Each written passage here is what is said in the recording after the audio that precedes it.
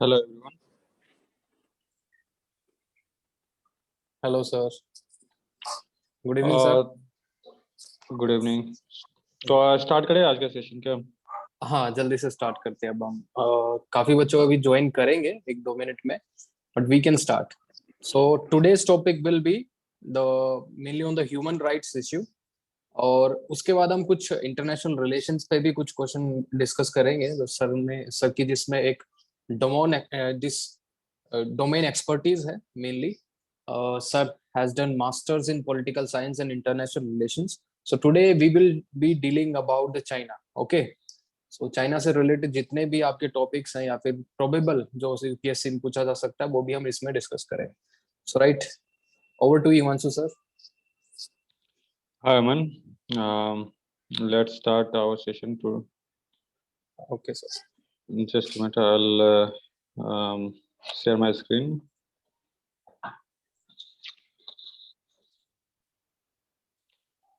कोई कंफर्म कर दें if you can see my screen. Yes sir, it's visible. Okay, fine. आज start करते हैं, देखते हैं आज क्या है। हाँ, ensuring social justice is a human right. ठीक है, हमारा आज का भी सेशन जो हमारी पेडागोजी होगी, जो स्टाइल होगा वो एक डिस्कशन स्टाइल ही होगा, ओपन डिस्कशन। तो जिसके पास आइडियाज हैं they can participate.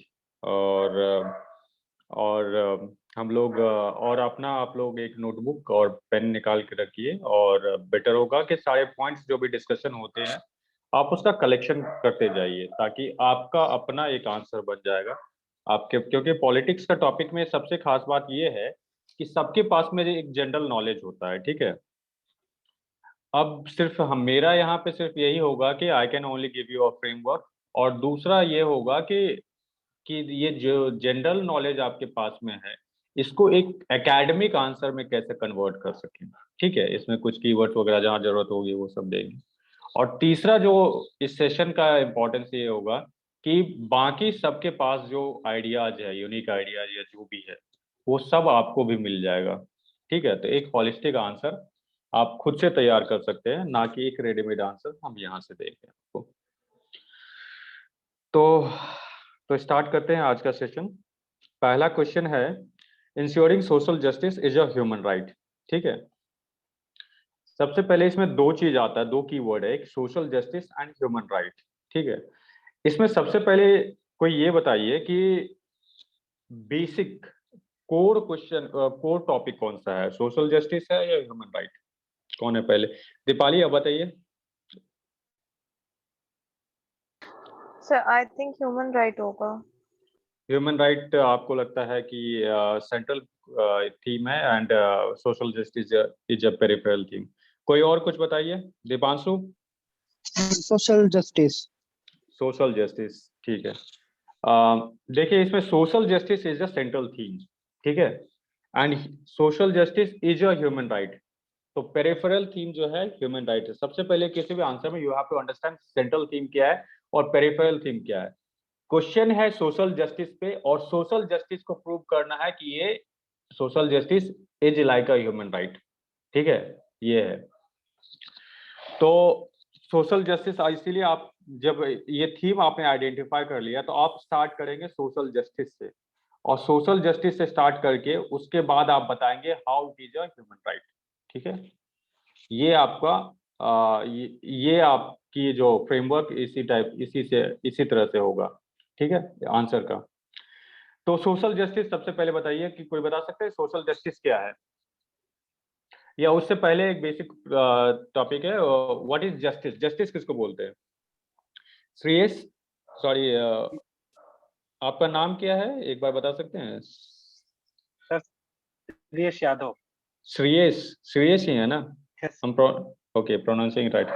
Shreyas, social justice किसको बोलते हैं? जस्टिस से आप क्या समझते हैं? सर जस्टिस ऐसा एक थिंग है, जैसे एवरी पीपल उनको पॉलिटिकली, इकोनॉमिकली एंड उनको कल्चरल लेवल तीनों पे उनको एक जस्टिस मिले। Some like sir social justice ये है कि जैसे अभी हमारे देश में पॉवर्टी है, जैसे और सारी हेल्थ इशू क्रिएटेड है, तो इससे क्या होता है ना कि इससे टेररिज्म भी मतलब बहुत ज्यादा इम्प्रूव मतलब इंक्रीज हो रहा है, तो सोशल जस्टिस उसका मेन सर वो है। ठीक है। दीपाली, जस्टिस क्या है? चलिए कोई नहीं। दीपांशु, जस्टिस का मीनिंग बता सकते हैं? सर जस्टिस का सर एक्सप्लेन नहीं कर पा रहा, मतलब कि वो न्याय समथिंग। ओके चलिए, जस्टिस जो Sir, होता है, जी सागर बोलिए। justice is something in which a government or a particular organization recognizes the concerns of everyone. Recognizes the concerns of everyone. Concerns. Okay okay okay fine. ठीक है, जस्टिस की सब लोगों ने अलग अलग scholars has given different definitions of justice, has a different idea of justice for everyone. ठीक है, आपके पास भी एक आइडिया ऑफ जस्टिस होगा जो सब जो दूसरे किसी और के आइडिया ऑफ जस्टिस से डिफरेंट होगा। ठीक है, जैसे समझते हैं आपको, the scholar like Aristotle has said that, उसने मेरिटोक्रेसी की आइडिया दिया, which means उसने कहा equal should be treated equally and unequal should be treated unequally, which means ये बेसिकली है कि मेरिटोक्रेसी जो मेरिटोक्रेटिक है उसको उसको ज्यादा वैल्यू दिया जाए, जबकि जो लेस मेरिटोक्रेटिक है उसको कम दिया जाए। which means कि एक डॉक्टर को सैलरी ज्यादा मिलनी चाहिए एज कम्पेयर टू नर्स, क्योंकि डॉक्टर के काम का वैल्यू ज्यादा है और नर्स के काम का वैल्यू कम है। ये मेरिटोक्रेटिक सोसाइटी की बात करता है। किसने किया था ये? एरिस्टोटल ने। सिमिलरली लिबरल लिबरल वर्ल्ड में भी कुछ ऐसा है जस्टिस का डेफिनेशन है। एक जो जस्टिस के एक जो फेमस फिलोसफर आते हैं वो आते हैं रॉल्स। ठीक है, जॉन रॉल्स ने कहा था, जस्टिस को डिफाइन किया था as fairness. Justice is fairness. तो सबको फेयरनेस अगर सबके लिए हो तो वो उसको जस्टिस बोलते हैं। ठीक है, जैसे सिंपली समझते हैं कि हमारे कॉन्स्टिट्यूशन में जस्टिस तीन तरह से डिफाइन किया गया, तीन टाइप का जस्टिस बोला गया, social, economic and political. Economic justice को समझते हैं। इकोनॉमिक जस्टिस क्या होता है कि सबको भाई कम से कम कुछ नहीं तो एटलीस्ट लिवलीहुड मिलते रहे, खाना पीना वगैरह, एक जो डिसेंट लिवलीहुड हो वो सबको मिलता रहे, इतना पैसा सबके पास हो। ये हुआ इकोनॉमिक जस्टिस। अब मान लेते हैं अगर पैसा नहीं, बहुत गरीब आदमी, उसको खाने के लिए नहीं है, रहने के लिए घर नहीं है, बेसिक लिवलीहुड नहीं है उसके पास में, और कोई दूसरा आदमी है, अंबानी है, उसके पास एंटीला है, 13 मंजिल का मकान है, घर है, और उसमें 9 करोड़ का बिजली का बिल ही आता है और किसी के घर में बिजली का कनेक्शन भी नहीं है, तो ये कंप्लीट इनजस्टिस हो जाएगा। तो तो इस जगह पे क्या करेगी सरकार? क्या करती है कि अंबानी से कुछ पैसा लेती है और इसको जो गरीब आदमी है उसको उसके घर में बिजली देती है या उसको खाना देती है। तो इस तरह के जस्टिस को बोलते हैं इकोनॉमिक जस्टिस। ठीक है, दैट मीन्स एक इनकम टैक्स लगाती है रिच पे और पुअर का वेलफेयर होता है। ठीक उसी तरह से होता है आपको सोशल जस्टिस भी। सोशल जस्टिस क्या होता है कि सोशल जो डिफरेंसेस है उसको, उस गैप को फिल करने के लिए किया जाता है, सोशल जस्टिस अडॉप्ट किया जाता है। तो सोशल जस्टिस, सोशल गैप कैसे क्रिएट होता है, कहाँ पे है? तो ये इंडियन सोसाइटी में कास्ट के बेसिस पे सोशल डिस्टिंक्शन से एक कास्ट, एक हायरार्की क्रिएट करता है, सोशल हायरार्की। सो जो सोशल जस्टिस होगा it will try to minimise this gap, this hierarchy को ये कम करने की कोशिश करेगा। ठीक है, तो इसमें क्या करेगा, एक प्रिविलेज्ड क्लास है और दूसरा अंडर प्रिविलेज्ड क्लास है, तो अंडर प्रिविलेज्ड क्लास को कुछ एक्स्ट्रा हम फैसिलिटीज प्रोवाइड करते हैं जिसको पॉजिटिव डिस्क्रिमिनेशन बोलते हैं, जिसको आप सिंपल टर्म से रिजर्वेशन का नाम देते हैं। तो ये इसको देके हम लोग एक जो प्रिविलेज्ड क्लास है उसके पार we try to bring them at par with that privileged class, ताकि सबका लेवल एक हो सके सोसाइटी में। ठीक है, इसी को बोलते हैं Right. Social justice. तो ये सोशल जस्टिस है, और यहाँ पे हमारा जो क्वेश्चन है, social justice is a human right. तो एक काम करते हैं, सोशल जस्टिस में आप बताइए कि क्या क्या टूल्स है टू अचीव सोशल जस्टिस। कौन बता सकते हैं? Jaswant, yes sir.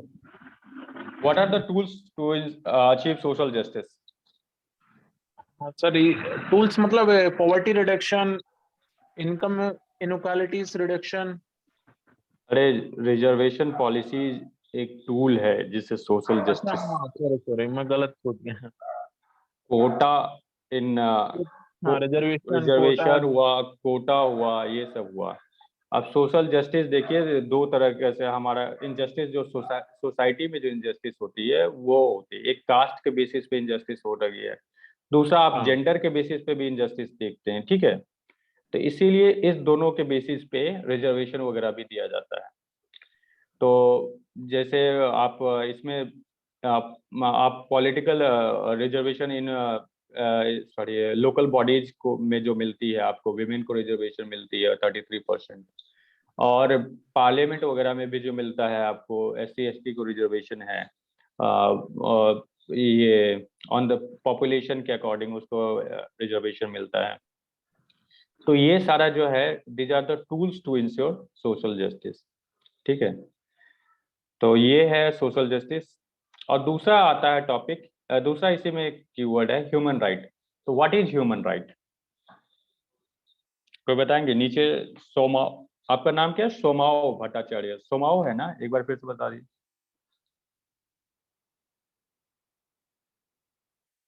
हेलो। जी, आपका नाम क्या है? हाँ जी, सोमावो है। Somao. Somao, what is human right? The basic rights which every human needs to survive with dignity. Yes, of course.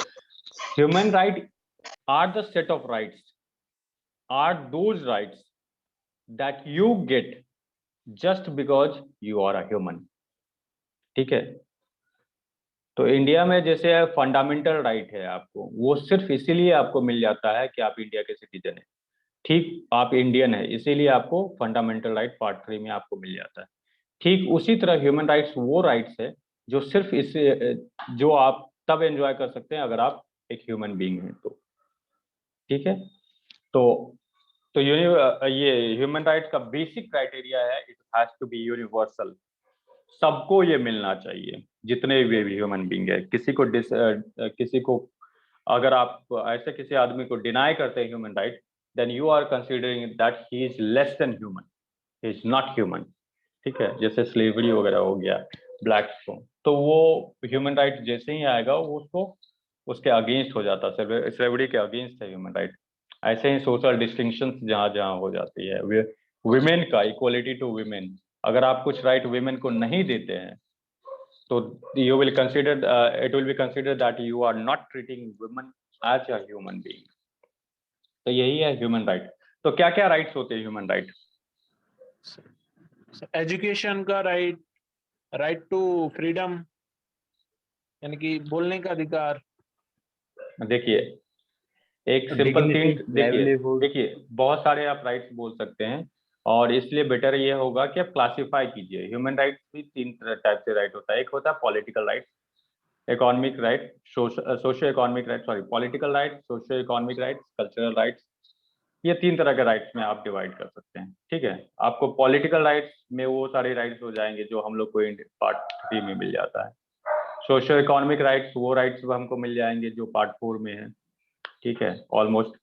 तो पॉलिटिकल राइट्स में क्या क्या हो सकता है? राइट टू स्पीच वगैरह हो जाएगा, आपको फ्रीडम राइट टू वोट हो जाएगा सर। वोट वगैरह सब हो जाएगा, राइट टू मतलब सेल्फ डिटर्मिनेशन वगैरह सब। तो ये सारा राइट्स आपका जो भी UDHR आप देख लीजिए क्या क्या राइट्स है, ह्यूमन राइट्स, तो वो सारे राइट्स हो गए आपको। तो ये सारे राइट्स जो 3 कैटेगरी में डिवाइडेड है। तो अब सवाल ये है कि ensuring social justice is a human right. तो how ensuring social justice is a human right, इसको कैसे लिंक कर सकते हैं? कोई बताइए। सर कॉन्स्टिट्यूशन के साथ। जी, कॉन्स्टिट्यूशन के साथ फंडामेंटल राइट्स को अगर हम लोग लिंक कर सकते हैं, राइट टू इक्वलिटी से शुरू करके राइट टू लाइवलीहुड तक। बिल्कुल, सोशल जस्टिस भी क्या इंश्योर करता है, इक्वालिटी इंश्योर करता है, और ह्यूमन राइट्स हमें क्या देता है, इक्वालिटी देता है। ठीक है, तो ये एक सिंपल एक कनेक्शन स्टैब्लिश करना है सोशल जस्टिस और ह्यूमन राइट्स के बीच में।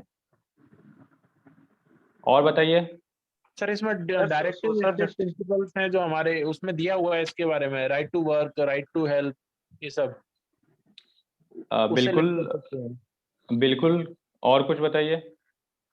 सर सोशल जस्टिस ऐसे लिंक करेंगे कि जैसे कि sir social justice every people sir जो भी अभी बैकवर्ड क्लास है उनको एक मतलब रिस्पेक्टफुल एक उस पे स्पेस पे लाना है, क्योंकि सर जब अगर उनको ना एजुकेशन इशू रहेगा और अगर अनएम्प्लॉयमेंट इशू कुछ भी इशू रहेगा तो सर वो गलत बिहेवियर में जाएंगे, तो वहाँ पे सोशल जस्टिस का वायलेशन होगा। बिल्कुल सही। चलिए, ये भी है। और कुछ बता सकते हैं। Sir human social justice and human rights को लिंक करते हुए हम ये कह सकते हैं कि राइट टू डिसेंट लाइफ, तो इसको बिल्कुल, ये इंश्योर राइट करते टू हैं। लाइफ आर्टिकल 21 से उसको कनेक्ट कर हाँ सकते जी, हैं। तो इसको बिल इसको इंश्योर करते हुए गवर्नमेंट के कुछ इनिशिएटिव्स है, जैसे कि NAPDDR, ministry of social justice का एक इनिशिएटिव था, national action plan for drug degradation and reduction, जो कि ओके, NDPS से डील करता है। बिल्कुल। यहाँ पे आपको ये प्रोवाइड किया जाएगा, ये PDF है, इसमें कुछ भी, इसमें भी बहुत सारे पॉइंट्स लिस्टेड है। बेसिकली वही कि आपको लिंकेज कैसे एस्टैब्लिश करना है। जैसे इसमें कुछ चीज दिया हुआ है इक्विटी के लिए, आपको ये सारा reservation, universal basic income, subsidies, ये सारा चीज दिया जाता है। और दीज थिंग्स आल्सो इंश्योर कि आपको जो rights as a part of human rights मिलते हैं UDHR में, वो सारे इंश्योर होते हैं। फिर देखिए, इसमें एक LGBTQ के लिए भी है, ट्रांसजेंडर्स के लिए भी है। जेंडर वाले में सिर्फ, हाँ, एक चीज है, विमेन को ही नहीं सिर्फ याद करना है, क्योंकि जेंडर जो इनजस्टिस होती है वो LGBTQ ट्रांसजेंडर्स को के साथ भी काफी ज्यादा होती है। और उसके साथ कुछ कुछ चीज जो है वो कुछ कुछ पॉइंट्स और लिखे हुए हैं, ये सब आगे आप लोग देख लीजिएगा। बाकी किसी को और कुछ पॉइंट ऐड करना है इस टॉपिक पे। सर इसमें अभी सुप्रीम कोर्ट ने LGBTQ में कहा था कि उन लोगों को एक आधार कार्ड से मतलब वो किया जाए, क्या? तो मतलब उनका भी आधार कार्ड मतलब इशू किया जाए, तो क्या सर उसको इस पर्टिकुलर ऐसे कंक्लूड कर सकता हूँ? आइडेंटिटी है, वैसे तो आधार कार्ड इशू किया जाता, आधार कार्ड सबको इशू किया जाता है। हाँ, वो जेंडर उसमें मेंशन करना है, so that could be thing. दूसरा, इसमें आइडेंटिटी का बात हो जाता है, जो कि जो आपको आया था, आपको नाज फाउंडेशन की हिस्सा आया था सर, उसी में आपको राइट टू सेल्फ आइडेंटिफिकेशन की बात की गई थी। फिर transgender right of transgender peoples act भी गवर्नमेंट लाई थी, जिसमें एक्चुअली राइट टू आइडेंटिफिकेशन था, but it was not right to self identification. उसमें आपको आइडेंटिफिकेशन के लिए सर्टिफिकेट लेना पड़ता था, जो DM बना के देता, एक कमेटी देती अंडर डिस्ट्रिक्ट मैजिस्ट्रेट जो देती। सो ये सारी बातें थी। आप इसमें ऐड कर सकते हैं एज अ पॉइंट, आप, हाँ, ट्रांसजेंडर की बातें ऐड कर सकते हैं, बट अल्टीमेटली यही है कि सोशल जस्टिस को आपको लिंक करना है ह्यूमन राइट्स के साथ में। ठीक है, ये है। चलिए, इसमें मेरे ख्याल से सफिशिएंट डिस्कशन हो गया। अब दूसरा टॉपिक देखते हैं। दूसरा टॉपिक है crime against women is an expression of male domination.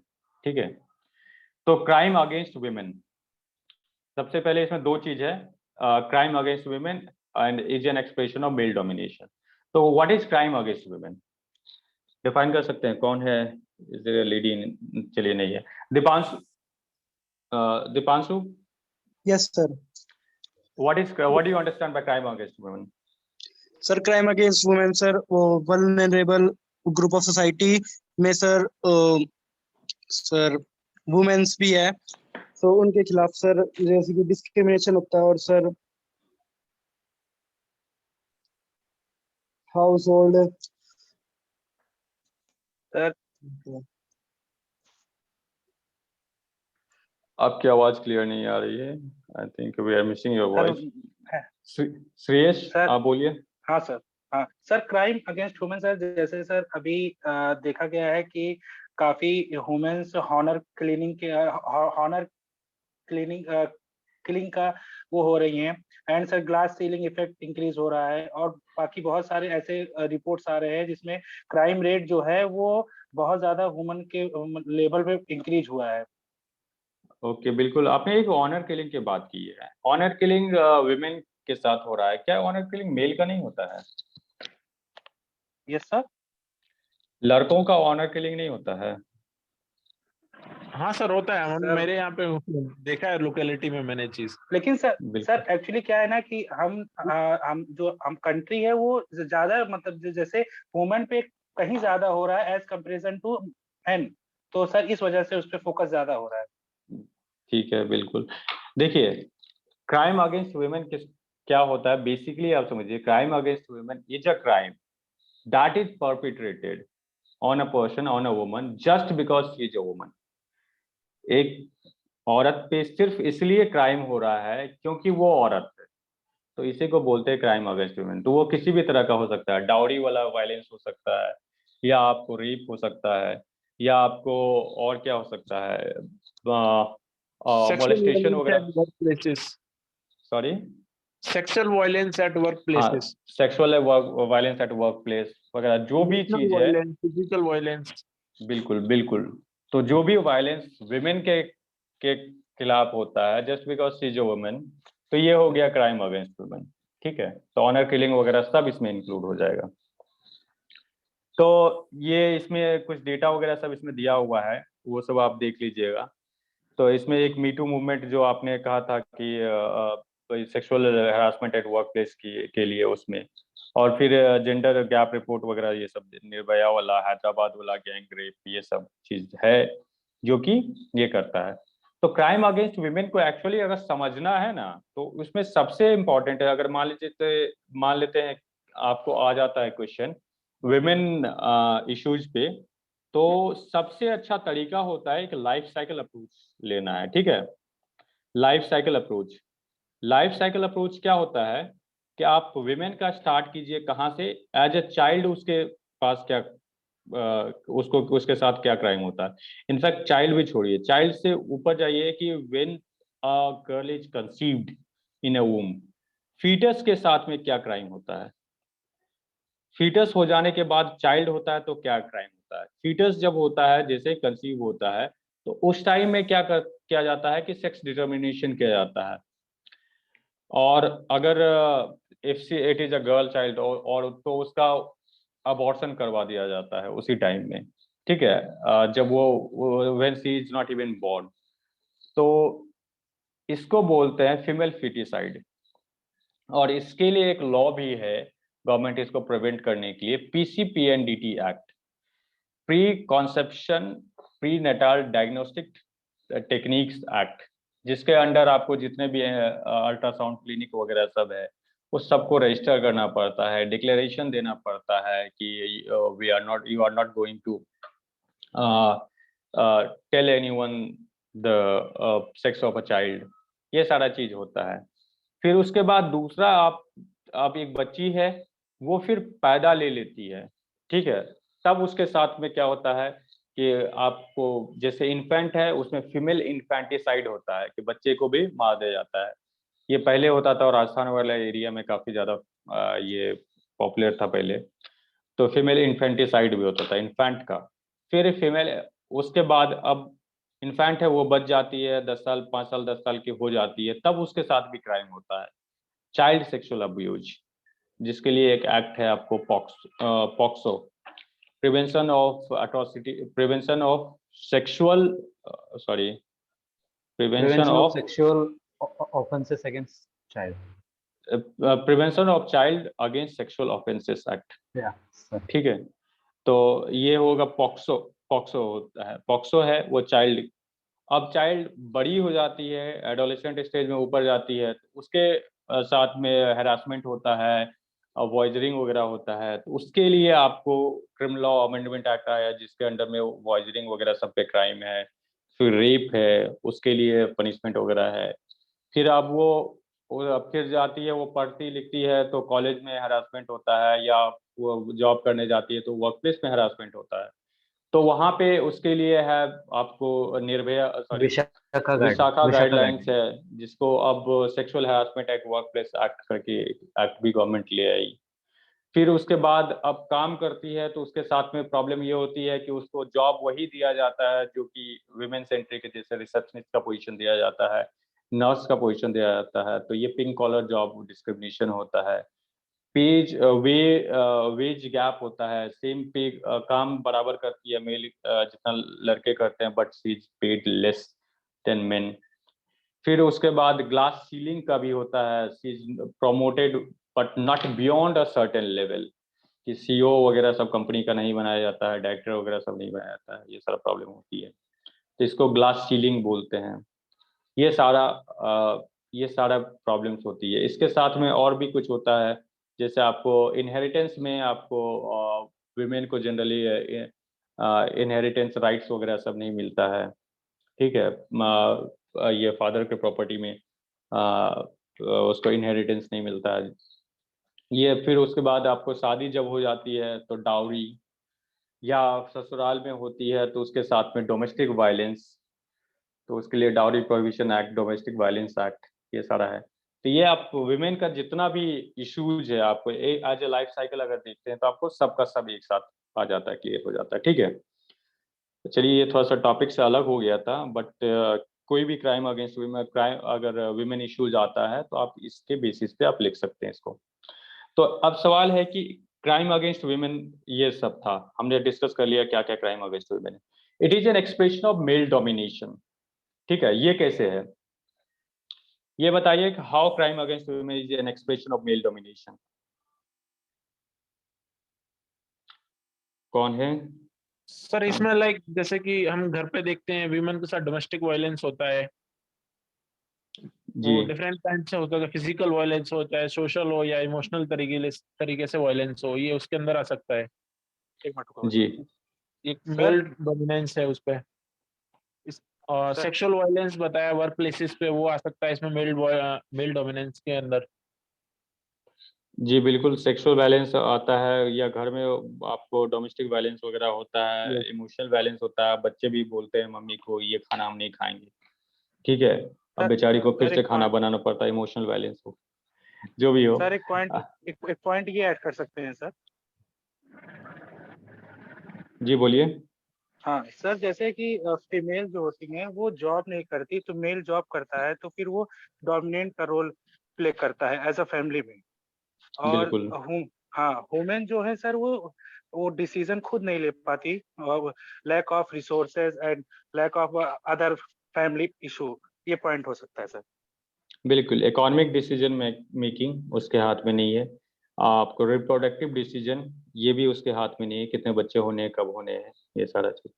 तो बहुत सारे डिसीजंस उसके हाथ में है। शी डज नॉट हैव, एक वर्ड आता है एजेंसी, ठीक है।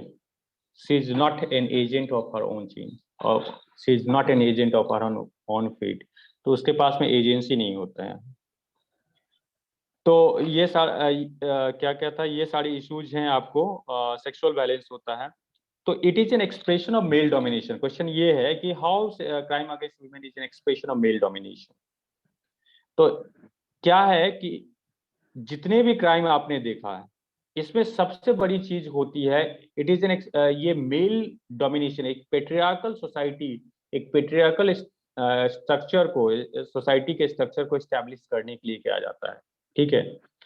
जैसे आप स्टार्ट करते हैं फीमेल फिटिसाइड या इन्फेंटिसाइड का स्टार्ट करते हैं, तो इसलिए किया जाता है ताकि माँ बाप चाहते हैं कि बेटा हो, क्योंकि बेटा इसको मेरी जो क्या जनरेशन है उसको आगे बढ़ाएगा, ठीक है।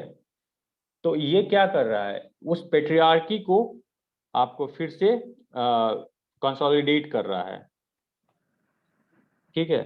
दूसरा, आप दूसरा भी क्राइम अगर कोई देखते हैं, जैसे कि डाउरी वाला वायलेंस भी है, तो किसके साथ होता है, विमेन के साथ होता है, ताकि वो विमेन को डाउरी देती है, ये देती है। तो ये क्यों होता है डाउरी वायलेंस? क्योंकि दो हमारा मैरिटल नॉर्म्स जो है, शादी जो होती है, दो चीज होती है, ये पैट्री लोकल होती है।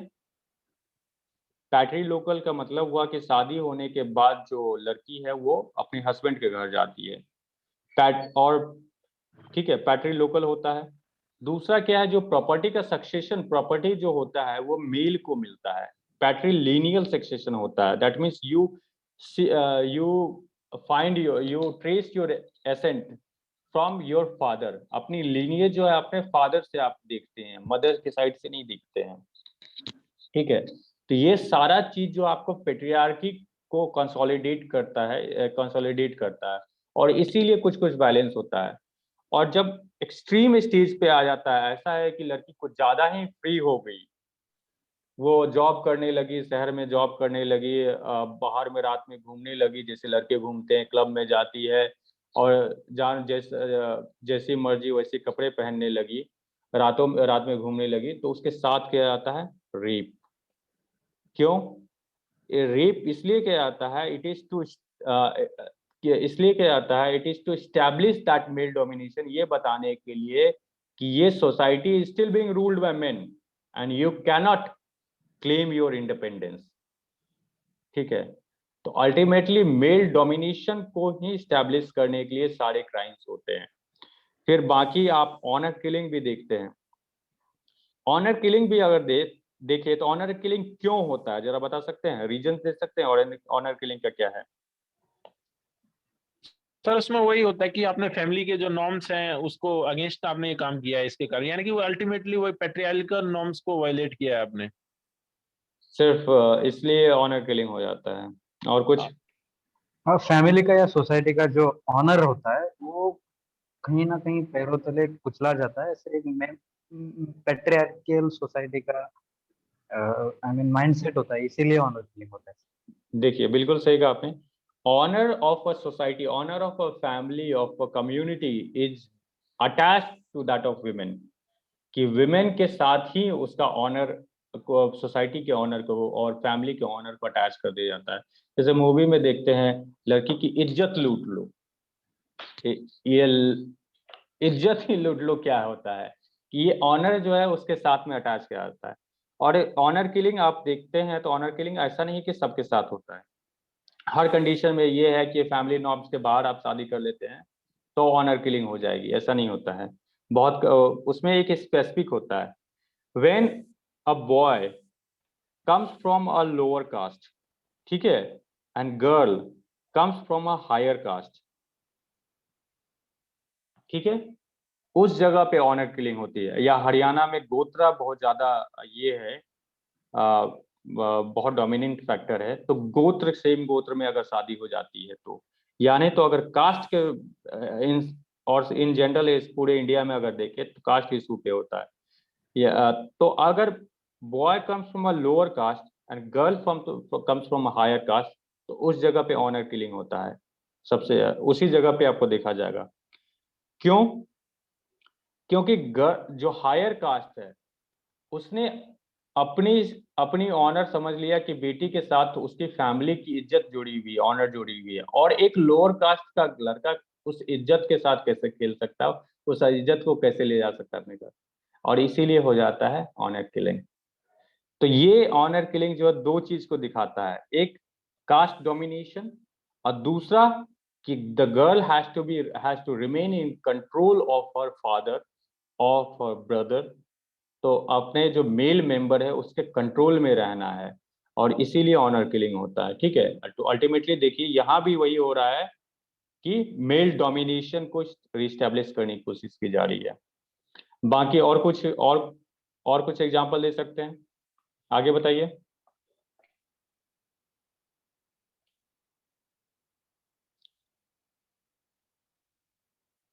सागर, आप बताइए। सर एक इसमें एक्सटेंशन दे सकते हैं। जैसे कई सोसाइटीज में कुछ फैमिलीज होती है कि जो वुमेन को प्रमोट करती है एजुकेशन, एकेडमिक फील्ड में। वो पढ़ लिख कर बड़ी होती है, जॉब मतलब हायर स्टडीज गेन कर लेती है, बट सोसाइटी में ना उनके मतलब फर्दर डेवलपमेंट नहीं हो पाती, मतलब उन सोसाइटी की उनकी तरफ देखने की कोई एक एक साइट अलग बन जाती है, तो उनकी शादी नहीं होती, या फिर तो यहाँ से भी विमेन खुद को डेवलप भी क्यों ना कर ले, पर फिर भी सोसाइटी उनको उनकी तरफ जो देखने की जो दृष्टिकोण होती है वो नहीं बदलती। ये भी एक मेन बिल्कुल डोमिनेंस का है। बिल्कुल सही कहा कि आप लड़के अगर शादी उसी से करना चाहते हैं, उसी लड़की से शादी करना चाहते हैं जिसको अपने कंट्रोल में रख सके, अपनी मुट्ठी में रख सके, ठीक है, जो बहुत ज्यादा पढ़ लिख लिए है और अपने इकोनॉमिकली इंडिपेंडेंट हो गई है, तो फिर वो आपके कंट्रोल में नहीं रहेगा। एक वाइफ आपके कंट्रोल में, एक वाइफ हस्बैंड के कंट्रोल में कब रहता है, क्यों रहता है? क्योंकि सबसे पहला उसके पास में इकोनॉमिक इंडिपेंडेंस नहीं है, ठीक है, दूसरा इंटेलेक्चुअल इंडिपेंडेंस नहीं है, तीसरा सोशल इंडिपेंडेंस नहीं है। इकोनॉमिक इंडिपेंडेंस नहीं है सबसे बड़ा फैक्टर, वो खुद अपने से कमाती नहीं है, हस्बैंड के इनकम पे डिपेंडेंट है, तो अब वो जो चाहे जैसे चाहे उस पर डिपेंडेंट है।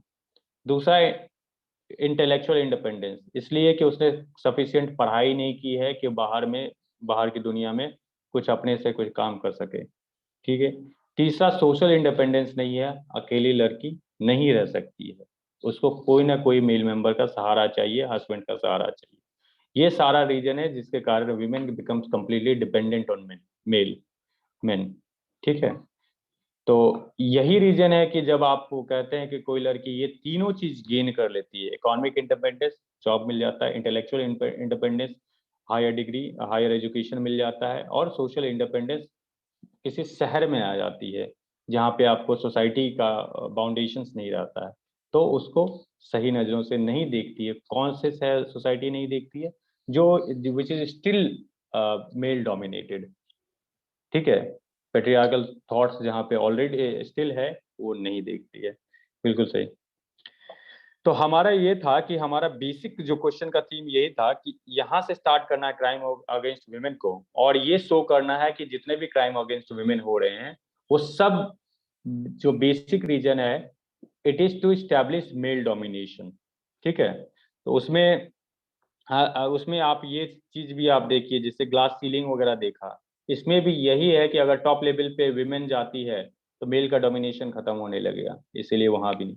फिर आप इसमें अगर देखते हैं पिंक कॉलर जॉब वगैरह सब देखते हैं, तो उसमें भी मेल डोमिनेशन का भी आ जाता है कि जो नर्स का जॉब तो लड़कियों को मिल जाएगा, डॉक्टर का जॉब जल्दी नहीं मिलेगा।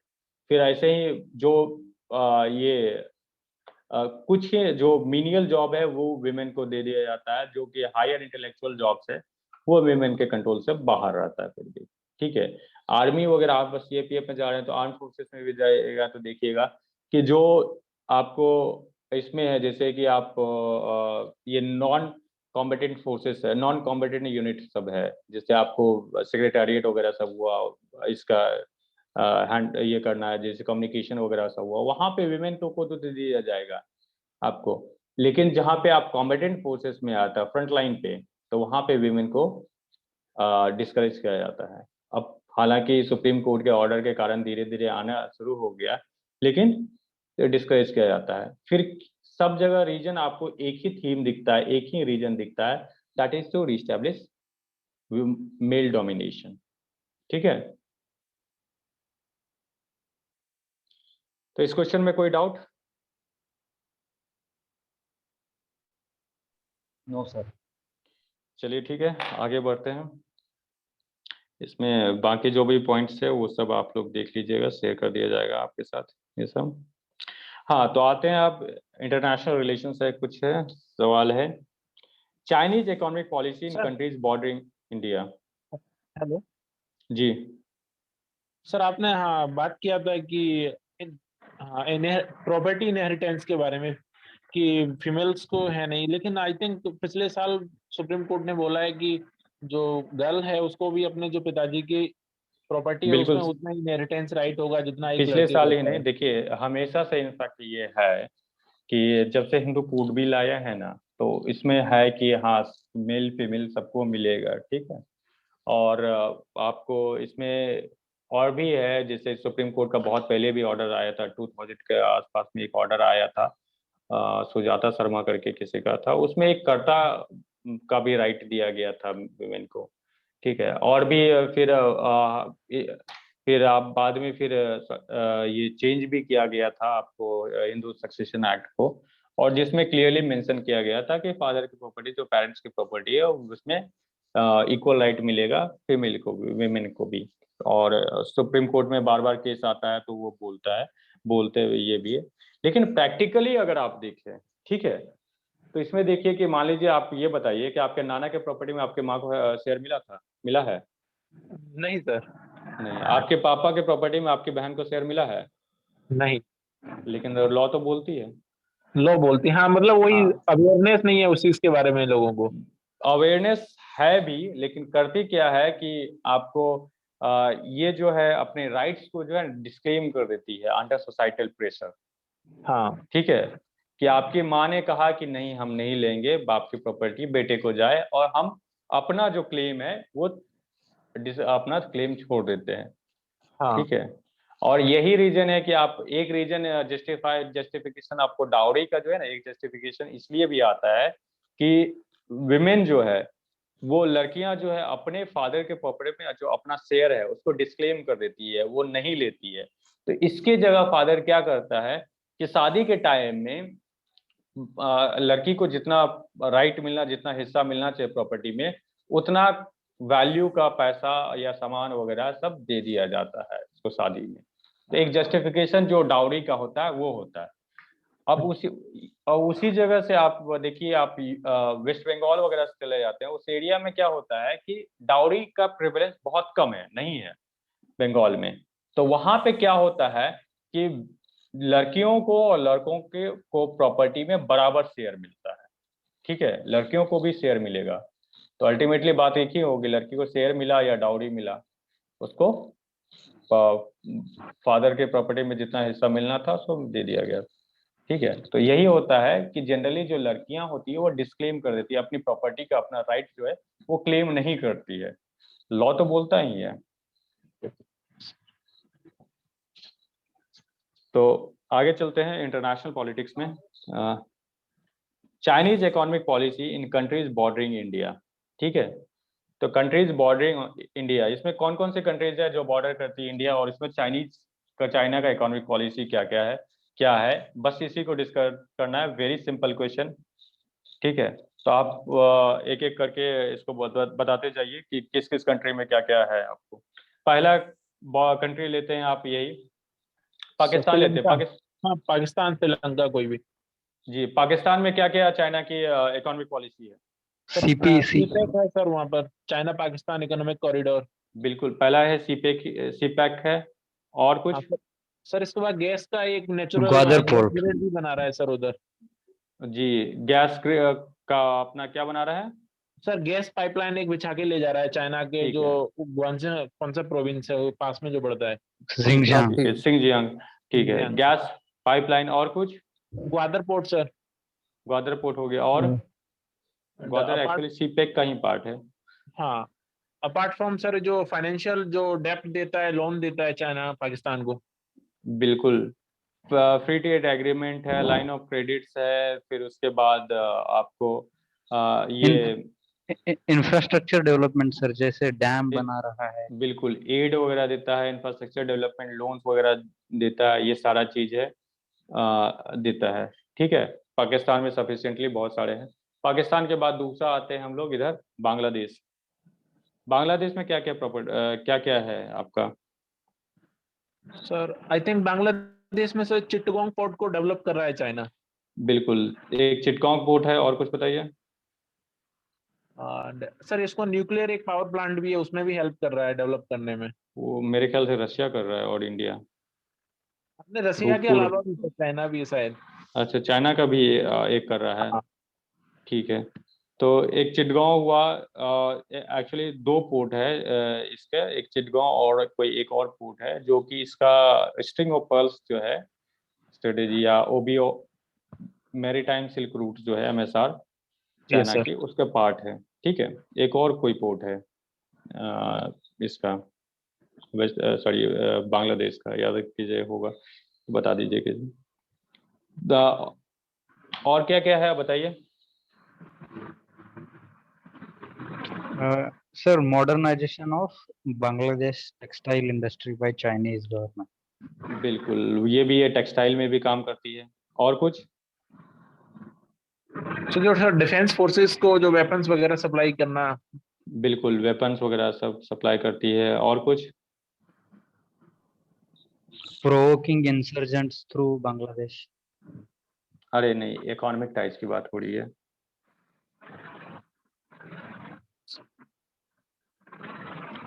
जहां पे कुछ नहीं समझ में आता है, लोन्स, हाँ, डेट। फाइनेंशियल एड, ठीक है, ये सारा काम सब जगह का है। ठीक, बांग्लादेश हो गया, अब आ जाते हैं श्रीलंका पे।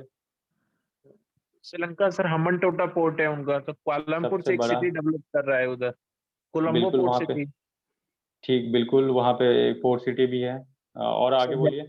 उसके अलावा सर बहुत ही हैवी जो लोन अमाउंट ऑफर कर रखा है श्रीलंका को चाइना ने। बिल्कुल, लोन भी है। अपार्ट और फ्रॉम सर रेलवे डेवलप कर रहा क्या? है, सर रेलवेज डेवलप कर रहा है बहुत बड़े लेवल रेलवे, पे। बिल्कुल रेलवेज वगैरह है श्रीलंका। चलिए, उसके बाद दूसरा क्या है इंडिया का नेबरिंग कंट्रीज? क्या हो गया? श्रीलंका हो गया, म्यांमार। म्यांमार, म्यांमार में बोलिए। और सर म्यांमार में आई थिंक सितवे पोर्ट है सर, वहां पे भी चाइना इन्वॉल्व है। चिटगांव नहीं पोर्ट सर, है इसमें सितवे पोर्ट बांग्लादेश पे में। इंडिया सितवे, सितवे इंडिया का है। इंडिया इन्वॉल्व है। कोको वहाँ आइलैंड। उस वो डीप किसी डीप और सी पोर्ट में पोर्ट है। इन कोको आइलैंड। कोकोस, कोकोस इसमें थोड़ी ना आता है। म्यांमार में हाँ, है या म्यांमार में इंडोनेशिया में? आता है। म्यांमार में अच्छा, 1974 म्यांमार से का लेके है या रखा है। इंडोनेशिया का पार्ट है कोकोस? म्यांमार नहीं सर, म्यांमार का है। 1974 से लेके रखा है। जी, जो भी हो, ठीक है, वहाँ पे कोकोस आइलैंड है। ठीक है। और और भी क्या? वहां से देखिए टिम्बर वगैरह सब बहुत ज्यादा इंपोर्ट करता है म्यांमार से चाइना। आपको बाकी लोन वगैरह देता ही है, इंफ्रास्ट्रक्चर प्रोजेक्ट वगैरह सब में भी चाइना इन्वॉल्व है वहाँ पे। कुछ स्पेसिफिक प्रोजेक्ट्स म्यांमार में किसी को याद हो?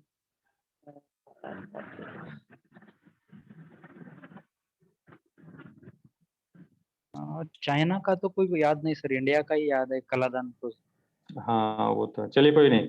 देखिए दूसरा है नेपाल में, बताइए सर डैम्स डेवलप कर रहा है बहुत ज्यादा। क्या कर रहा है हाइड्रो इलेक्ट्रिक प्रोजेक्ट। नेपाल में? चलिए, हाइड्रो इलेक्ट्रिक है एक। दूसरा?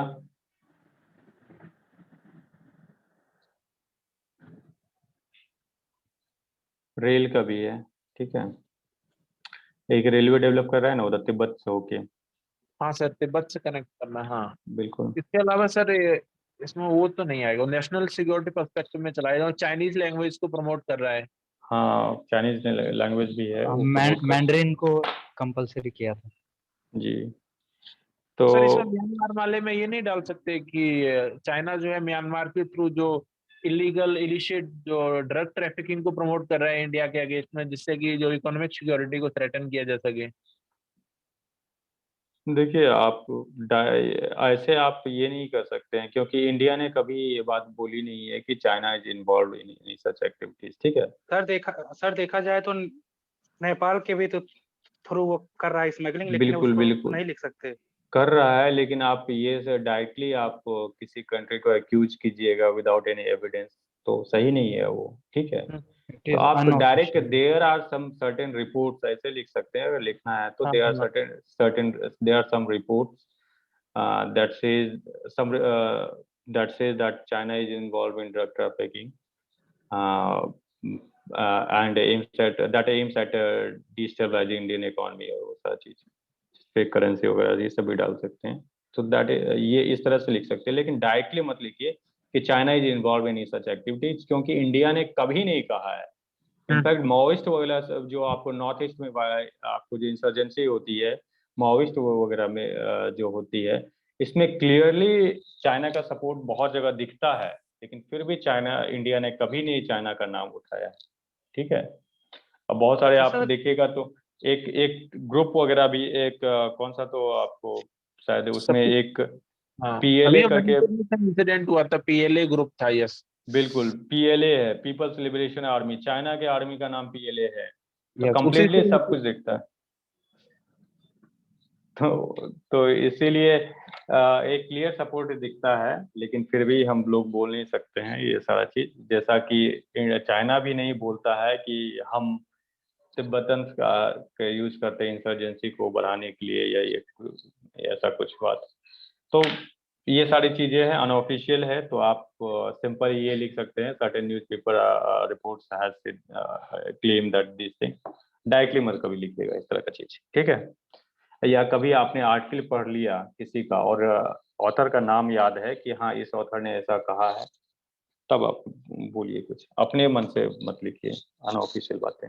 सर अगर रिसेंटली देखा जाए after interferences of China in Nepal, India relation in Nepal also complicated in exam certain example like Lipulekh issue and काला पानी इशू। बिल्कुल। इसको हम लोग इसमें अभी क्या क्या रिलेशन है इसको देखेंगे, उसका इम्प्लीकेशंस आगे हम देख लेंगे, उसमें ये सारा चीज देखेंगे, ठीक है? तो अब नेपाल हो गया, मालदीव्स अब एक है, मालदीव्स का बताइए क्या क्या है। सर मालदीव्स की जो कैपिटल है वहां पर भी कुछ इंफ्रास्ट्रक्चर प्रोजेक्ट्स हैं जो उनकी पार्लियामेंट्स वगैरह से रिलेटेड कुछ है, उसको भी हाँ डेवलप कर रहा है चाइना। ठीक है, यही है, मालदीव्स वगैरह सब में है, मिलिट्री फैसिलिटीज ये सारा चीज है, ठीक है? अब यस इनका जो ये था उस पे आते हैं, ये क्या क्या इकोनॉमिक पॉलिसीज था वो देखते हैं। अब देखते हैं व्हाई दिस पॉलिसीज, ठीक है? क्यों ये इकोनॉमिक पॉलिसीज फॉलो कर रही है चाइना, बताइए। सर अपने आप को यानी कि जो इंडियन ओशियन रीजन में अपने आप जो आउटरीच बढ़ाने के लिए सर। बिल्कुल, इंडियन ओशन रीजन में आउटरीच बढ़ाने के लिए, एक साइनो सेंट्रिक वर्ल्ड क्रिएट करने के लिए, ठीक है? इसके लिए क्या सर, होता है? State of actually, Malacca, sir, state sir, of Malacca को sir, main इग्नोर thing करने is के that लिए। कोई एक सर बोलिए। मेन थिंग इज दैट, हाँ sir main thing is that sir India बहुत तेजी से डेवलप कर रहा है, तो इस पॉइंट ऑफ व्यू से चाइना का ये है कि इंडिया को उसके जितने भी नेबरिंग कंट्रीज हैं उनको इन्वेस्ट करके उनको एक तरीके से डिक्टेटरशिप का रोल प्ले करके इंडिया को टारगेट करें। एज एग्जांपल ऑफ पाकिस्तान, बिल्कुल इधर नेपाल, इधर बांग्लादेश, इधर मालदीव एंड म्यांमार। तो सर कहीं ना कहीं वो इंडिया को ही टारगेट इसलिए ही कर रहा है।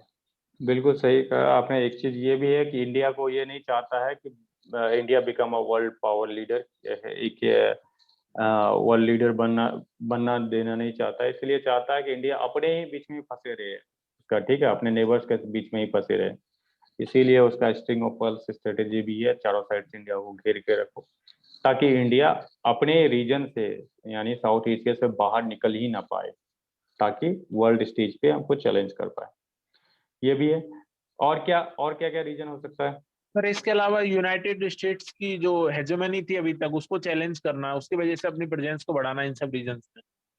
ठीक है, बिल्कुल सही। वो भी है कि यूएस फैक्टर भी ये काम करता है कि यूएस के का जो हेजेमनी है उसको चैलेंज कर रहा है। डोमेस्टिक फैक्टर भी है उसका कि भाई उसको भी तो ट्रेड वगैरह सब इंक्रीज करना है, जितना लिंकेजेज होगा जितनी कंट्रीज के साथ उतना बेटर होगा उसका ट्रेड, डिमांड इसके वगैरह अलावा गुड्स का सर हाँ बढ़ेगा। अपने आप को एक 2050 तक जैसे चाइना क्लेम कर रहा है वर्ल्ड पावर बनाने बिल्कुल के लिए, तो उसके बिल्कुल लिए अपने आप को उससे दूसरे कंट्रीज को इकोनॉमिक रिलेशंस बेटर करने ही पड़ेंगे, तो बिल्कुल इस वजह बिल्कुल से भी अपने आप को एक्सटेंड कर रहा है इन सब रीजन में। ठीक है, ये सर सारा था। एंड एक थिंग ये हो सकता है सर कि अगर फ्यूचर में देखा जाए तो कंट्री कोई भी कंट्री होगी अगर उसका इकोनॉमिकली सिस्टम अगर बढ़िया होगा तो वो हर एक कंट्री को डोमिनेट कर सकती है। बिल्कुल सही, बिल्कुल। ये हार्ड पावर चाइना की चेकबुक डिप्लोमेसी है और वो उससे डोमिनेट करती है, खास करके ये चेकबुक डिप्लोमेसी। हालांकि अफ्रीका में ये होता है, एशिया वगैरह सब में भी यूज किया जाता है कि अपनी पॉलिसीज को जबरदस्ती इम्प्लीमेंट करने के लिए, ठीक है? चलिए, ये सारे था इकोनॉमिक पॉलिसीज क्या है, क्यों है। अब देखते हैं इसका इम्प्लीकेशंस क्या क्या है। सिंस ये क्वेश्चन है कि इकोनॉमिक पॉलिसीज इन कंट्रीज बॉर्डरिंग इंडिया, तो इस पे इंडिया पे इम्प्लीकेशंस क्या क्या है इस सारी पॉलिसीज का, बताइए। सर इस पे एक तो ये हो जाएगा कि चाइना हमारे बिल्कुल पास में आके खड़ा हो जाए, हमारी जो नेशनल सिक्योरिटी है, मैरीटाइम बॉर्डर्स में मैरीटाइम रिसोर्सेज को खतरा हो जाएगा पैदा। बिल्कुल, हमारा जो एक लीडरशिप है रीजन में, hegemony of Indian south Asia, ठीक है, इंडियन Like सब कॉन्टिनेंट, वो खत्म होगा। इसके दूसरा, अलावा सर जैसे कि हम देखते हैं श्रीलंका के कंटेक्स्ट में जो एक ट्रस्ट डेफिसिट डेवलप हो रहा है हम दोनों कंट्रीज के बीच में, वो भी एक क्रिएट होगा जब चाइना इन्वॉल्व हो जाएगा नेबरिंग कंट्रीज के साथ। बिल्कुल हमारा नेबरहुड रिलेशंस भी डिस्टर्ब होगा।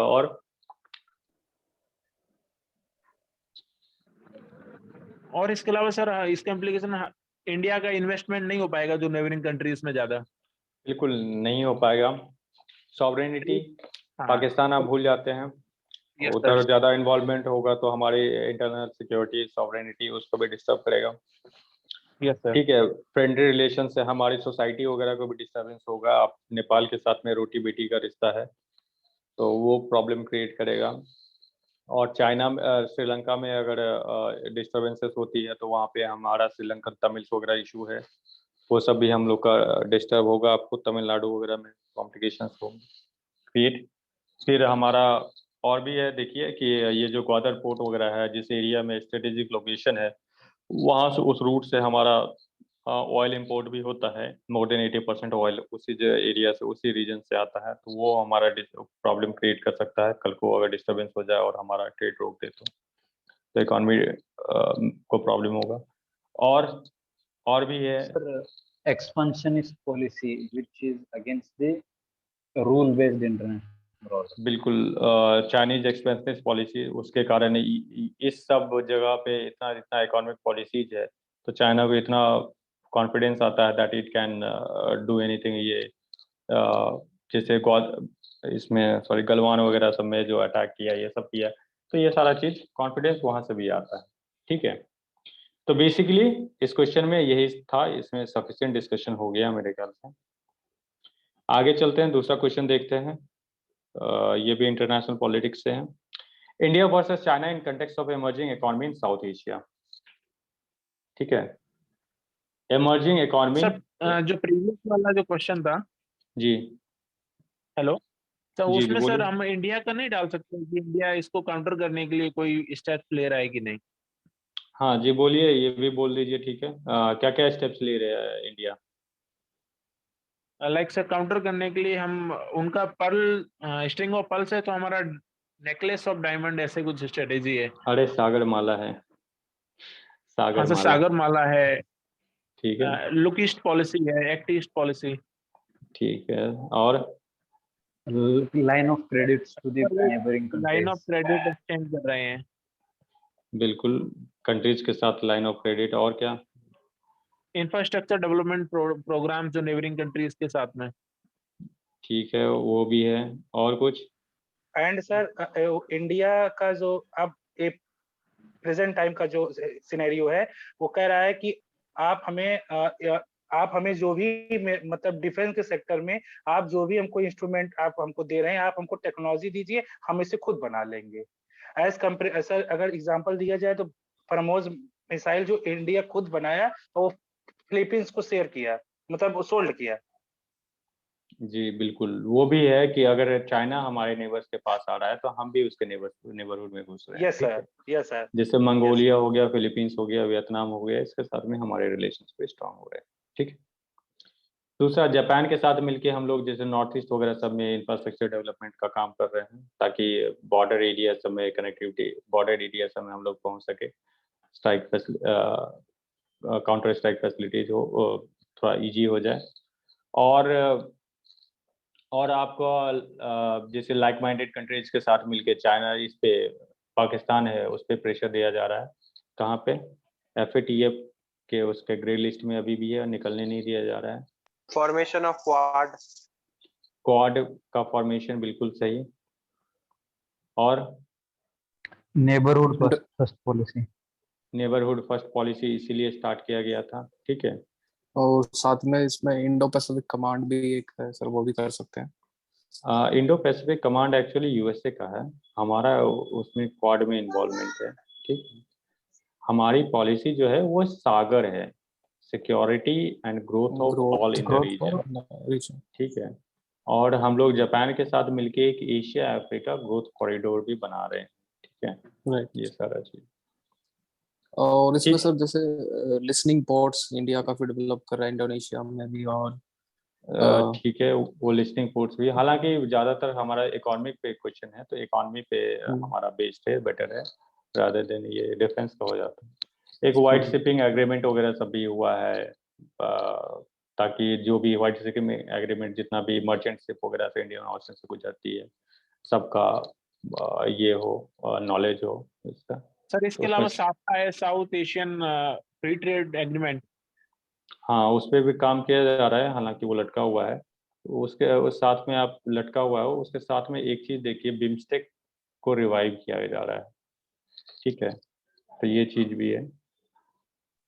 सर एक क्वेश्चन था, ये जी, नेबरहुड मतलब इमीडिएट नेबरहुड या एक्सटेंडेड नेबरहुड, किसके बारे में? इमीडिएट, वैसे इमीडिएट नेबरहुड, इंडियाज नेबरहुड पे बात की जाए तो इमीडिएट नेबरहुड, क्योंकि एक्सटेंडेड नेबरहुड में पूरी दुनिया आ जाएगी, आधी दुनिया तो डेफिनेटली आ जाएगी, तो आप एक्सटेंडेड नेबरहुड की बात ही नहीं कर पाएंगे।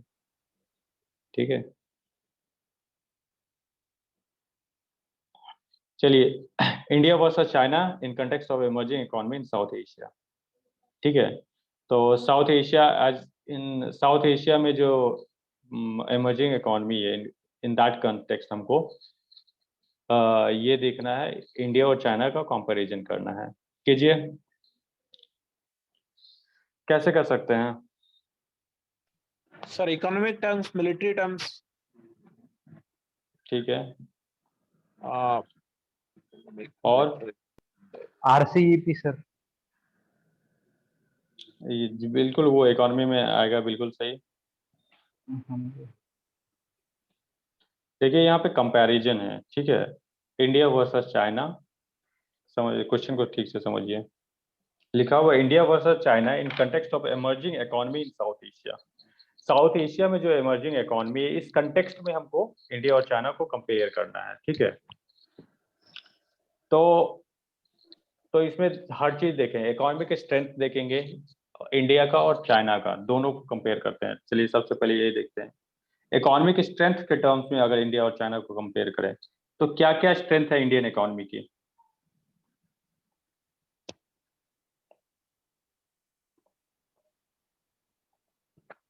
Indian economic relations with the neighboring countries, they are since ancient times. देखिए, एंशियंट वाला कोई नहीं जानता है, जो भी है लोग प्रेजेंट पे बात करते हैं और फ्यूचर पे बात करते हैं। एंशियंट जो था। ठीक है, अभी देखिए, जो हमारा स्ट्रेंथ है इकोनॉमी की, इंडियन इकोनॉमी की सबसे बड़ी स्ट्रेंथ है सर्विस सेक्टर। ठीक है, हमारा, और सर्विस सेक्टर, आईटी वगैरह हुआ, बीपीओ हुआ, केपीओ हुआ, ये इंडिया उसमें स्ट्रॉन्ग है। और जबकि चाइना है आपको मैन्युफैक्चरिंग में। ठीक है, चाइना किसी भी तरह का मैन्युफैक्चरिंग, चीप मैन्युफैक्चरिंग वो कर लेता है बड़ी आसानी से। दूसरा, और क्या स्ट्रेंथ है इंडियन इकोनॉमी की?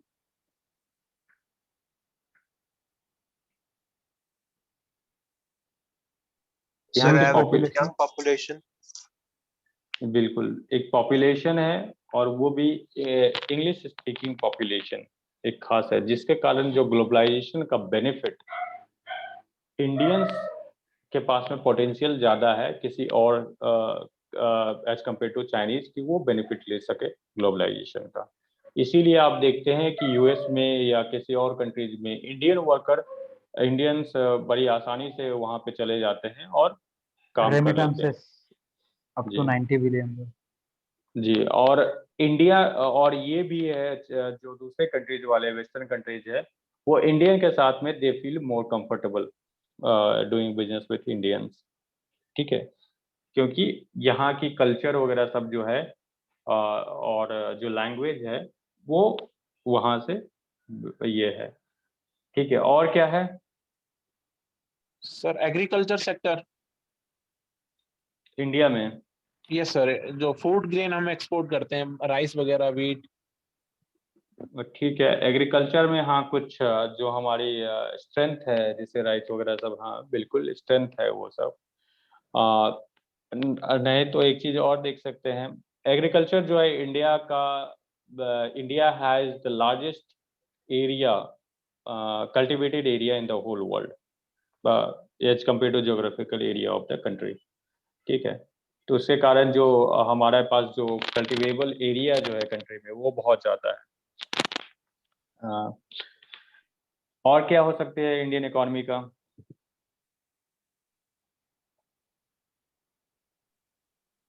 एक लेबर कॉस्ट भी है, ठीक है, वो चीपर लेबर है एज कम्पेयर टू चाइना, ठीक है, अभी भी।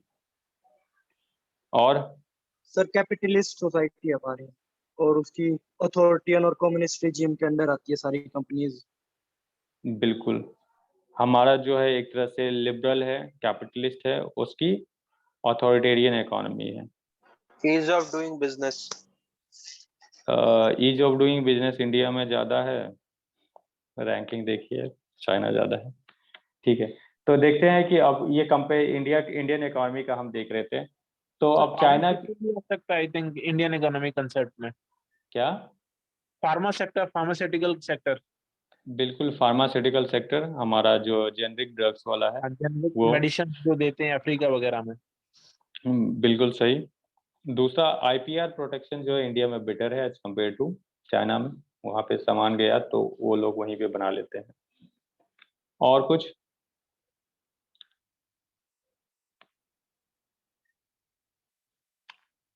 चलिए आगे देखते हैं, चाइना चाइना का क्या स्ट्रेंथ है बताइए। एक तो चीप मैन्युफैक्चर, जी चीप मैन्युफैक्चरिंग है, टेक्नोलॉजी, स्किल लेबर है as compare to India, technology सही बोला आपने, और इंफ्रास्ट्रक्चर।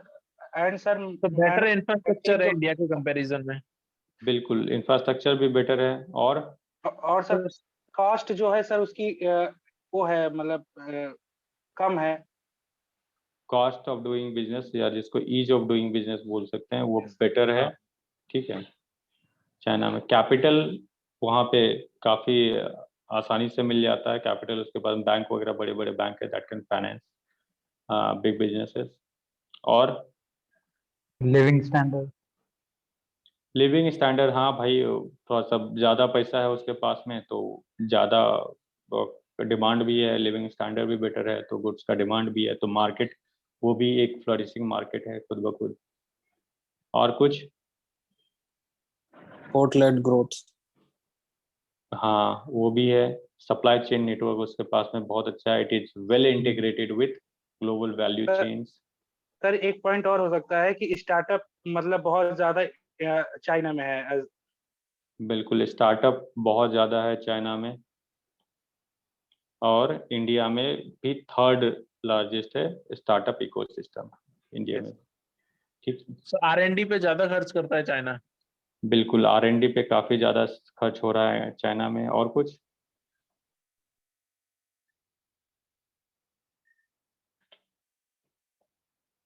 कनेक्टिविटी नेटवर्क जो है आपको trade network, BRI belt and road initiative, ये भी सर तो कनेक्टिविटी देता है। सर एक पॉइंट और ऐड कर सकते हैं कि वहाँ पे जैसे इंडिया में 5 ईयर पे गवर्नमेंट चेंज हो जाती है, वहाँ ऐसा नहीं है। स्टेबिलिटी इन गवर्नमेंट पॉलिसीज, हाँ यस सर। बिल्कुल। और बिजनेस को, बिग बिजनेस को गवर्नमेंट सपोर्ट मिलता है। इंडिया में अगर आप गवर्नमेंट सपोर्ट करने लग जाती है, टाटा इसको अंबानी को सपोर्ट करने लग जाए तो फार्मर सब मूवमेंट करना शुरू कर देते हैं, ठीक है। तो गवर्नमेंट सपोर्ट वहाँ पे डायरेक्ट आपको बहुत सारे बिजनेस, बड़े बड़े बिजनेसेस को मिलती है, जैसे हुआई वगैरह सब है सबको। और कुछ? चाइनीज इकोनॉमी का जो ये है स्ट्रेंथ है, world class unicorns. World class unicorns. Unicorns, बिल्कुल सही है, यूनिकॉर्न्स भी काफ़ी हैं वहाँ पे। Sir higher GDP growth rate, higher GDP GDP, growth rate. GDP growth rate भी काफ़ी अच्छा है।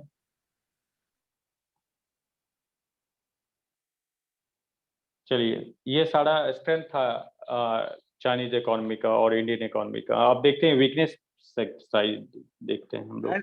एंड सर इसमें एक पॉइंट और पुट कर सकते हैं कि प्रोडक्ट की डिमांड अदर कंट्रीज में बहुत ज्यादा है। ठीक है, डिमांड ऑफ प्रोडक्ट्स काफी ज्यादा है, रीजन क्या है भाई, प्राइस काफी कम है, यस सर, यस ठीक सर। है, चीप प्रोडक्ट होता है। अवेलेबल है। हम्म। तो ये सब है। तो अब वीकनेस देखते हैं दोनों इंडस्ट्री का, दोनों कंट्रीज के इकोनॉमी का वीकनेस क्या क्या है। तो बताइए इंडिया के इकोनॉमी में क्या क्या वीकनेस है। सर इनफॉर्मल इकोनॉमी है, casualisation of workers, unskilled bill, workers बिल्कुल informal, casual, and contractual, unskilled workers.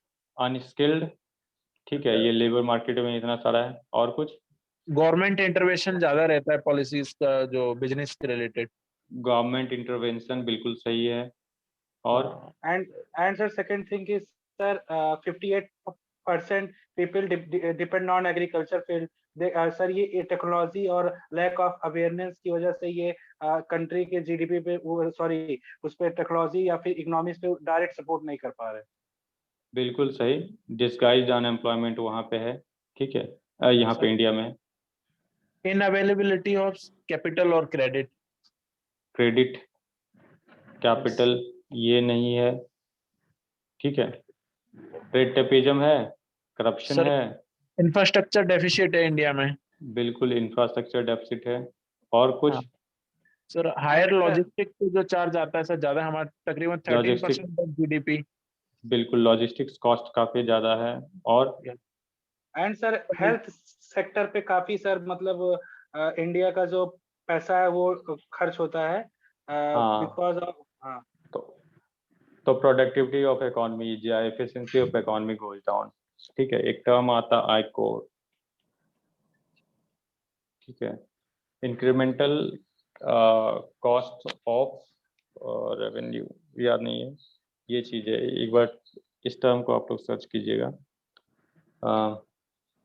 ये actually marginal cost of return जो है उसको मेजर करता है, मार्जिनल रिटर्न मेजर करता है। दैट मीन्स कि अगर 100 रुपया लगाते हैं तो उससे कितना रुपया आपको वापस, कितना रुपया आएगा।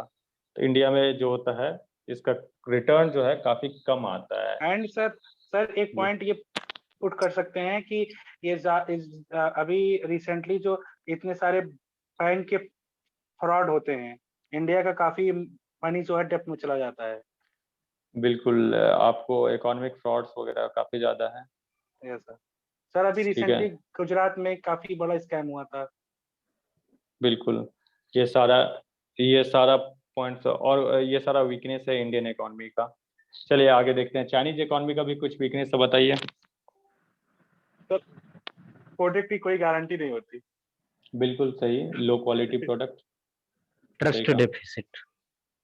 ट्रस्ट, एक क्वालिटी प्रोडक्ट लो क्वालिटी है तो उस पर ट्रस्ट भी नहीं होगा। तो इसमें एक आपको बोलते हैं सोशल कैपिटल तो नहीं, हाँ सोशल कैपिटल ही बोल सकते हैं जो चाइनीज कंपनीज और की है सर वो। इन्वेस्टर्स सेंटिमेंट्स हर्ट होती है, मतलब कुछ हाँ चाइनीज बिल्कुल, एक्सपेंशन के वजह से। बिल्कुल इन्वेस्टर सेंटिमेंट। और कोई सर बड़ा एमएनसी डिक्रीजिंग नहीं डिमांड इन है चाइना में, लाइक चाइनीज। रिसेंटली याहू छोड़ दिया, there is no Apple, there is no Google. जी, वेस्टर्न कंपनीज वगैरह सब, वेस्टर्न जो कॉर्पोरेट्स है वो निकल रही है चाइनीज मार्केट से। क्यों? गवर्नमेंट कंट्रोल के कारण। गवर्नमेंट कंट्रोल उसका बेनिफिट भी है, तो गवर्नमेंट कंट्रोल के लॉस भी है काफ़ी ज़्यादा, ठीक है। आईपीआर पॉलिसीज काफ़ी वीक है, ठीक है, पायरेसी। जिससे जी। फिर और क्या क्या है? सर इसके अलावा जो चाइनीज जो इकोनॉमी है उसमें डिमांड जो है कम होती जा रही है, स्टेग्नेशन आ बिल्कुल चुका है। ठीक है, स्टैग्नेशन आ चुका है, ये भी सही है। और यही रीजन है कि आप देखिए ये चीज़ जो है जो एआरआई की बेल्ट एंड एक्सचेंज रोड करनी इनिशिएटिव है चाहिए। जी, यस सर। उसका लॉजिक भी यही है। दूसरा करेंसी मैनिपुलेशन भी है यहाँ पे, ठीक है, रूबल, सॉरी उसका क्या है करेंसी, चाइना का युआन, उसको भी डिप्रिसिएट करके रखता है। और वेस्टर्न सैंक्शंस भी है, जैसे कि हुआई वगैरह पे, बड़ी बड़ी कंपनीज पे सैंक्शंस है, ठीक है, 4G वगैरह सब मार्केट से 5G मार्केट से बाहर ही रखा है हुआई को। और कुछ?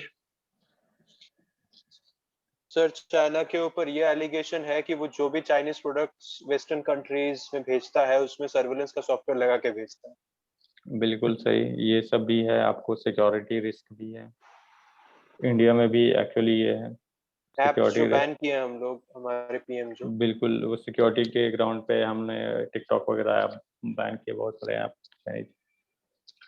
तो ये सर एक सारे क्वेश्चन था। जी जी हाँ सर, तो एक क्वेश्चन सर, एक मैंने एक आर्टिकल में पढ़ा था कि सर थोड़ा सा टॉपिक से हट के है सर, केवल ठीक है। ज्यादा देर के लिए सिर्फ थोड़े थोड़े एक शॉर्ट क्वेश्चन है सर। ये जो डीएनए कॉपी क्या था कि जो मतलब जैसे अदर कंट्रीज के जैसे जो प्राइम मिनिस्टर या फिर प्रेसिडेंट किसी अदर कंट्री में जाते थे तो वहाँ डीएनए उनका सैंपल मतलब वो लेने का वो करते थे, क्या उसमें इशू था सर, थोड़ा बता दीजिए वो।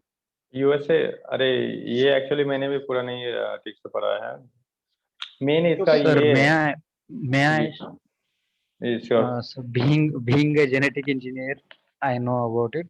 ओके। So sir, जब भी किसी इंडिविजुअल का डीएनए कलेक्ट किया जाता है तो उसके बहुत सारे एस्पेक्ट्स होते हैं। उस डीएनए को प्रिजर्व करके उस पूरे पर्सनालिटी का लाइफ का एक चार्ट बना सकते हैं हम, कि आने वाले साल में इस पर्सन को ये डिसीज हो सकता है, ये इसकी कैरेक्टरिस्टिक्स हो सकती है, ये इस पर्सन की बॉडी में ये चेंजेस आ सकते हैं, हम ये प्रिडिक्ट कर सकते हैं।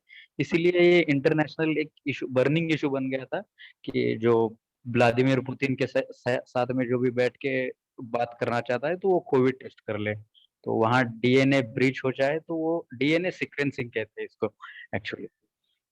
सो इसीलिए बिल्कुल डीएनए नहीं देना चाहता था। बिल्कुल, ये क्लैरिटी नहीं है एग्जैक्टली कि वो किस तरह से यूज करेगा वर्ल्ड लीडर्स के डीएनए को। हालांकि एक फिक्शनल एक मूवी है, तो उसमें एक डीएनए का एक फिक्शनल यूज दिखाया गया, हाँ, no James time to Bond की डाई जो। ऐसा कुछ। नो टाइम टू हाँ, die, no time James Bond. उसमें उसमें देखते हैं कि they create a kind of virus that targets specific DNA, ठीक है। तो हो सकता है अगर इस तरह का कोई वेपन, अगर बायो वेपन क्रिएट कर लिया उसने, तो बड़ी आसानी से किसी भी वर्ल्ड लीडर को मारा जा सकता है बिना कुछ किए, किसी को पता भी नहीं चलेगा। सो वट एवर, ये एक फिक्शनल ही है आपको, हालांकि ये लिखने का नहीं है और इस पे क्वेश्चन भी नहीं आएंगे। चलिए ठीक है, मेरे ख्याल से सारे क्वेश्चंस डिस्कस हो गए, इसका जो नोट्स वगैरह है ये अमन आपको अपलोड कर देंगे। किसी को और कोई डाउट?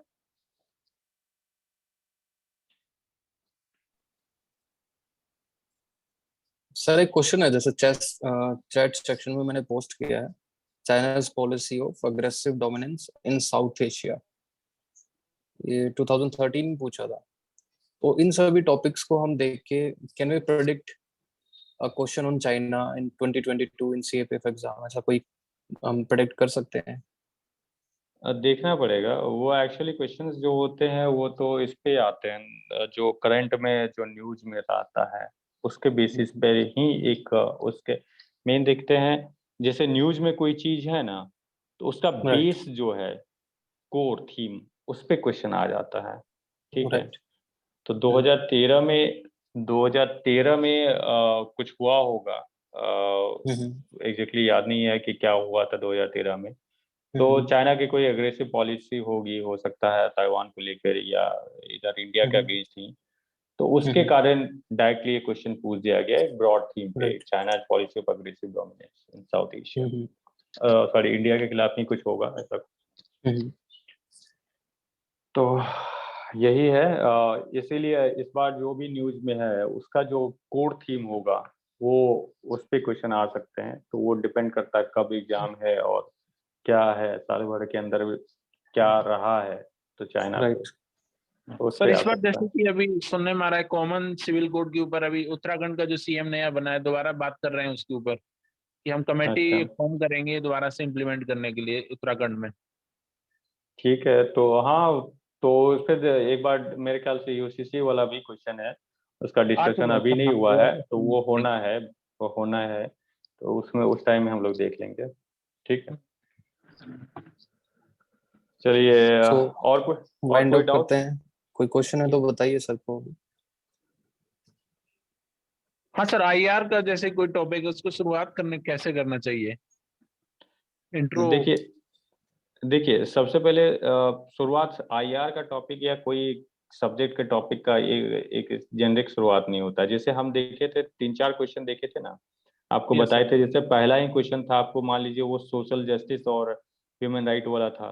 तो इसमें हम क्या बोले कि यू हैव टू अंडरस्टैंड कि बेसिक थीम क्या है, सेंट्रल थीम क्या है इस क्वेश्चन का। जैसे हम बताए थे यहाँ पे सोशल जस्टिस है और इसको जस्टिफाई करना है एज ह्यूमन राइट। तो स्टार्ट होगा आपको सोशल जस्टिस से, ठीक है। सोशल जस्टिस से क्या स्टार्ट होगा, तो उसका डेफिनेशन से स्टार्ट होगा और उसके बाद आप सोशल जस्टिस को डील करेंगे। उसके बाद आगे आएंगे how it is a human right. तो इसमें आप ह्यूमन राइट को एक बार डिफाइन कर सकते हैं और क्या क्या है, और दोनों का रिलेशनशिप स्टैब्लिश कर दीजिए। ये हो गया Yes, आपको ऊपर। ठीक उसी तरह से सारे क्वेश्चन में होगा, सिर्फ ऐसा नहीं है कि आईआर का क्वेश्चन, सारे क्वेश्चन में कुछ इसी तरह से। Crime against women is an expression of male domination. Central core theme क्या है इस क्वेश्चन का, क्राइम अगेंस्ट वुमेन। अब क्राइम अगेंस्ट वुमेन से स्टार्ट करेंगे, वही डेफिनेशन से स्टार्ट करेंगे, स्टैटिस्टिक्स से स्टार्ट करेंगे। उसके बाद इसको how it is an expression of male domination, वहां पे जाएंगे। समझ में आया? ठीक उसी yes, तरह sir. से आप, ठीक उसी तरह से आगे आते हैं। क्या क्वेश्चन इसमें, चाइनीज इकोनॉमिक पॉलिसी इन कंट्रीज बॉर्डरिंग इंडिया। ठीक है, क्वेश्चन क्या है, चाइनीज इकोनॉमिक पॉलिसी पे। तो यहाँ से स्टार्ट करेंगे और ये चाइनीज इकोनॉमिक पॉलिसीज एक स्पेसिफिक रीजन में पूछा गया है, इन कंट्रीज बॉर्डरिंग इंडिया। तो चाइनीज इकोनॉमिक पॉलिसी स्टार्ट करेंगे और स्पेसिफिकली कंट्रीज बॉर्डरिंग इंडिया पे क्या क्या पॉलिसीज है वहां पे जाएंगे। ठीक है, फिर फिर उसके बाद ये क्वेश्चन है आपको, India versus China in context of emerging economy in South Asia. ठीक है, ये कंपटीशन की बात कर रहा है, इंडिया वर्सेस चाइना की, इंडिया और चाइना के कंपटीशन की बात कर रही है। और किस कंटेक्स्ट में बात कर रही है, किस कंटेक्स्ट में। तो स्टार्ट होगा इंडिया और चाइना का, से स्टार्ट होगा that India and China two emerging super powers in South in Asia. तो जैसे कि इसमें जैसे मनमोहन सिंह ने कहा था that 21st century is going to be an Asian century. तो वहां से आप स्टार्ट होगा। तो इसमें Asian century, but two tigers can not rule a mountain, can not, two tigers can not share a mountain. तो हमेशा एक कंपटीशन होगा ही, कंपटीशन होगा। तो ये कंपटीशन अलग अलग फील्ड्स में दिखता है। जैसे आपको डिफेंस में दिखता है, आपको जियो स्ट्रेटेजिक रिलेशंस में दिखता है, डिफेंस वगैरह में दिखता है, और इकोनॉमिक्स में भी दिखता है। ठीक है, तो इकोनॉमिक में दिखता है, तो इकोनॉमिक्स में दिखता है, तो ये स्पेसिफिकली साउथ एशियन इकोनॉमिक्स में कैसे दिखता है उस पर आ जाएंगे। हो गया, तो और उसके बाद उस चीज को डील कर देंगे। ओके, चलिए ये सारा चीज है, ये सारा टॉपिक था हमारा, मेरे ख्याल से सफिशिएंटली हो गया है। तो आज यहीं पे ड्रॉप करें मैं। या right. Yes, sir. Thank you, sir. Okay, okay, आज काफी शॉर्ट नोटिस पे क्लास ली गई है, काफी आप लोगों ने ज्वाइन भी नहीं किया है, कुछ बच्चों ने। तो कोई नहीं, आप Thank you यूट्यूब so पर much, sir. रिकॉर्डिंग देख सकते। काफी अच्छा रहा ओके, सर, 2 सेशंस में काफी कुछ मतलब सीखने को मिला।